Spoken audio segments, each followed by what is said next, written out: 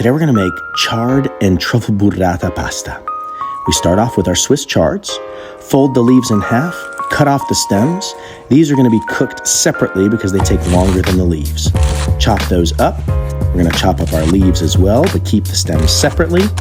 Prepare our garlic by taking off the skins, cutting in half, and adding with the stems to a pan with olive oil that's been preheated in the oven. You're also going to want to add as much cayenne pepper as you might want to that.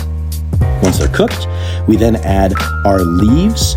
Those leaves are going to go on top. Make sure you add a good splash of water and cover the pan as it goes back in the oven to help steam the leaves. While that's cooking, we prepare our pasta. We're using Gragnano pasta, and we add the Swiss chards to the pasta. And by itself, this is amazing. Add a little bit of lemon juice or lemon zest, but we are going to prepare this in a fancier way by using our truffle burrata.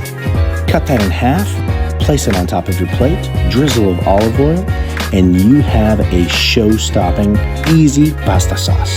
It's healthy, it's delicious, and everybody's gonna love it.